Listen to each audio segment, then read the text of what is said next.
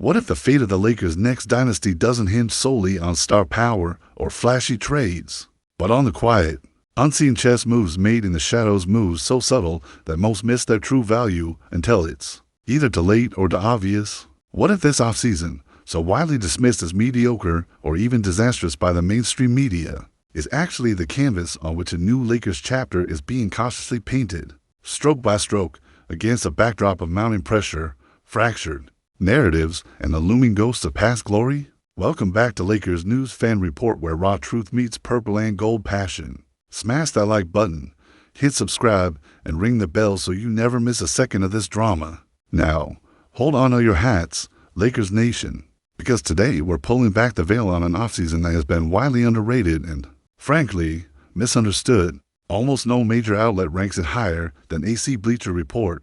They slapped a D on it, and yes, even after landing Marcus Smart, that narrative stubbornly persists. The big talking point: LeBron James didn't get a 1+1 contract offer from the Lakers, so he's banking on his player option and positioning himself for free agency in 2026. Boom. That's the headline that sets the entire tone. LeBron's discontent supposedly poisoning any sense of optimism around the purple and gold's offseason. Then add the whispered doubts swirling around Luka Doncic's relationship with the franchise. Don't forget, Luka's the one who recruited Marcus Smart, demonstrating his commitment not just this season, but well into the future, and yet stories span of fractured locker rooms and loyalty in question. It's a perfect storm of narratives designed to drag down expectations, ignoring the logic, the skills, the fits, and the actual moves the Lakers have quietly made without surrendering a single real trade asset.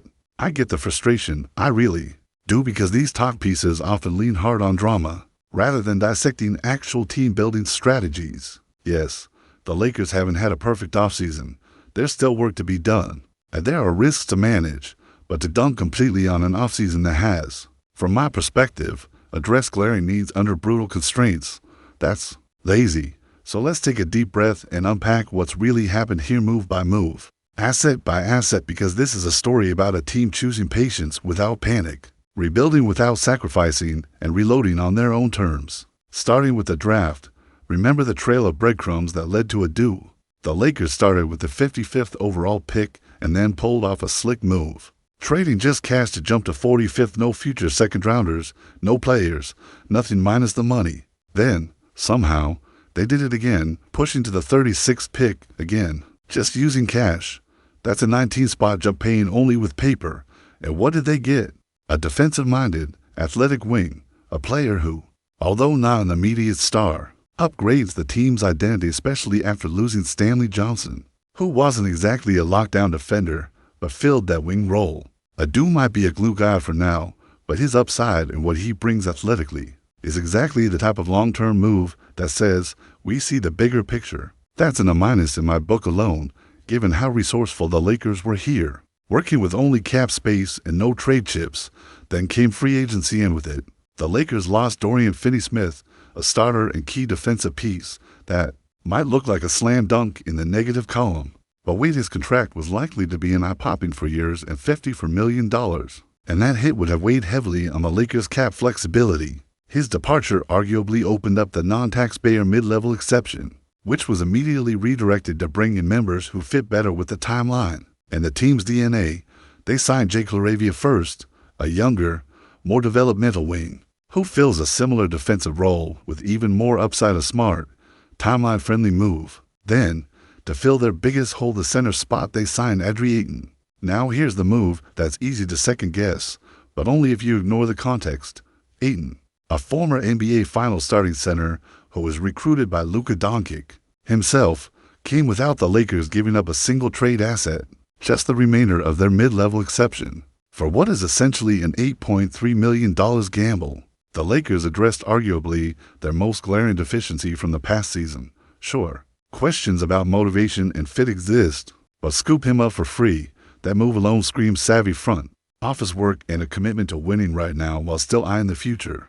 Put together the departure of Finney-Smith, the arrival of LaRavia and Ayton, and you have an A- to B+ combined transaction and net upgrade in youth, defense, and potential without mortgaging the future. Now, the final piece to this puzzle, and the one that made headlines and stirred the opinions of critics. Everywhere was signing Marcus Smart, and again, this isn't a shortcut of a move, but a genuine priority target recruited by Luka Doncic, with an emotional and strategic pull that runs deeper than many are willing to admit. We're not talking about prime, Defensive Player of the Year Marcus Smart.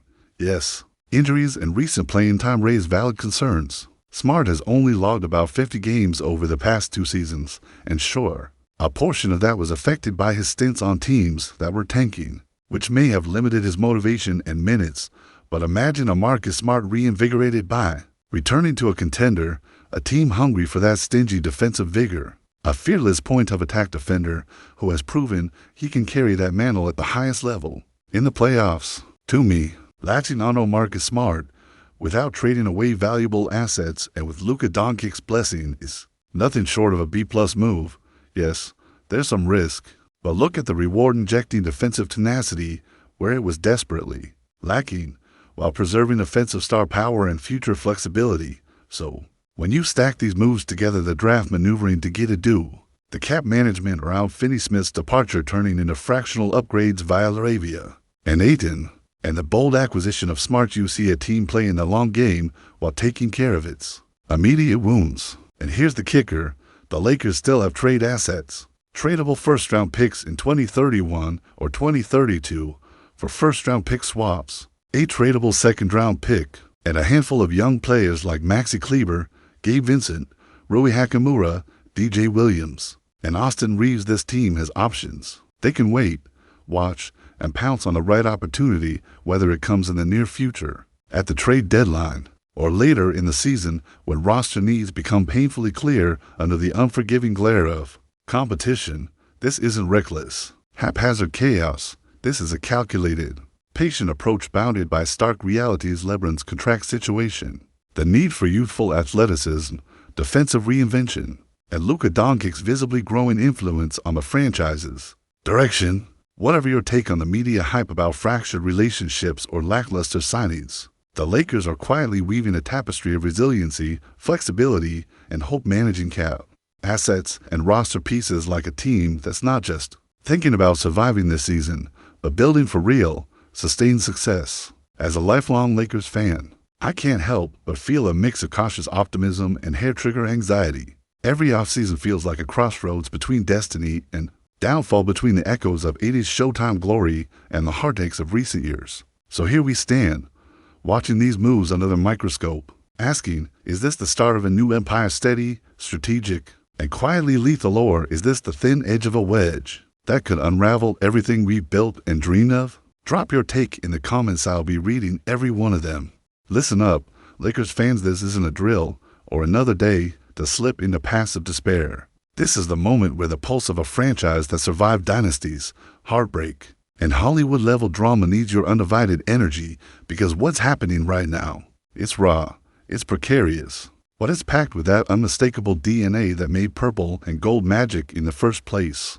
When we talk about LeBron James, the king, the man whose shadow stretches over the entire NBA landscape like a giant oak in the night, we aren't just talking about any player, we're talking about a living legend whose twilight years could either be a sunset or a coronation. This offseason, all the chatter about no 1+1 deal is hold on that 2026 player option isn't just contract haggling, it's a high-stakes chess move in a game bigger than basketball itself. What does it say about the Lakers' front office's faith in LeBron's longevity, or vice versa? Could this tenuous dance lead to a split that fractures the very foundation of the franchise? Imagine LeBron walking away from the purple and gold after nearly 2 decades of blood, sweat, and tears, leaving Anthony Davis bearing the weight of expectations heavier than any championship trophy. AD has proven in flashes in those spectacular, unstoppable forces that shook the league that he can carry this team's offensive and defensive load. But the ghosts of injury and inconsistency lurk in every step he takes, his legacy intimately tied to LeBron's tenure, and soon it could become painfully solo. And what about Bronny, the next generation being groomed under the harsh lights of expectation and superstardom? Could he be the missing piece, the future cornerstone to bridge this uneasy present with the Lakers' illustrious past? Or will the burden crush the hope before it fully blooms? Then there's Austin Reeves, the scrappy heart and soul of this team who, twist after story twist, has captured the city's love with grit and endless hustle. What's his fate if the roster reshapes around these big-name decisions? Will he be the glue to bind all these moving parts, or will he become collateral? Damage in the front office firestorm few outside the purple and gold see coming. Speaking of the front office, the real tension isn't just under the bright spotlight, but in the back rooms and banquet halls, where power moves quietly, where Jeannie Buss's iron grip on the Lakers' legacy clashes with whispers of billionaire investors eyeing a takeover, a shakeup capable of transforming the Lakers' identity overnight. What happens if a monopolizing presence steps in, rewriting the franchise playbook while draining the soul from Staples Center, turning a storied team into just another corporation? That fear of losing what made the Lakers a family, a movement, a culture. That feeling of betrayal weighs heavy because we know all too well what it means when an empire fractures from within. But history tells us resilience isn't new to this team. This is the franchise that danced through the 80s Showtime blaze, with Magic Johnson electrifying courts, that steamrolled the 2000s with Kobe and Shaq's ruthless three-peat grind, that clawed back with the 2010 redemption guerrilla and the 2020 bubble championship, that defied pandemic pain and reminded the world the Lakers fight until the final buzzer. This legacy burns bright every day in every player who laces up a pair of purple and gold Nikes. So now, in the shadow of those glories and heartbreaks, we face a turbulent West where the Warriors still clutch their throne with a mixture of aging legends and new titans. But every dynasty breaks and the Lakers could be the scalpel that carves the throne down to size. Can Denver's Nuggets respond to this calculus of patient rebuilding? Will Phoenix's fiery ambition exploit these ripples of uncertainty? Or could the Clippers finally rise from the garden of shadows they've been stuck in? The ripple effect isn't just about survival, it's about the possibility of soundly shaking the balance of power in a conference that has swallowed panic and uncertainty for years. Picture the Lakers roiling through this chaos, strategic and hungry, sprinting through a minefield where one wrong step could erupt in disaster, but one bold move could ignite the very spark that reclaims a crown thought lost to history. This is no longer about just wins and losses, it's about redemption, legacy, betrayal, and rebirth. It's about a team holding onto the soul of Showtime while navigating modern basketball's brutal, cutthroat reality. It's about fans trying to hold on to hope as rumors swirl and bodies rise and fall like waves against the raucous shores of Crypto.com arena. But what if the greatest risk is not in this careful construction, but in complacency? What if in waiting too long to make a splash, the Lakers lose their ultimate window, a window that isn't guaranteed to return? What if these moves, which seem steady and prudent now, are actually the thin ice cracking beneath us, threatening to drown decades of greatness in apathy and uncertainty? As a Laker till the day I die, here's what I see coming: not just a season of treading water, but a crucible season where every game, every possession, every decision will test the very heart and soul of this team. It's a crossroads where legends are made or broken, where loyalty is the currency of survival, and where every fan down to the last person chanting in the stands carries the weight of purple and gold dreams on their shoulders. Now, I want to hear it from you. Drop your rawest take below. Every true believer in purple and gold, are we on the edge of history or the brink of collapse? Because one thing's for certain, in Lakers land, the drama never sleeps, and the fight for legacy is just getting started.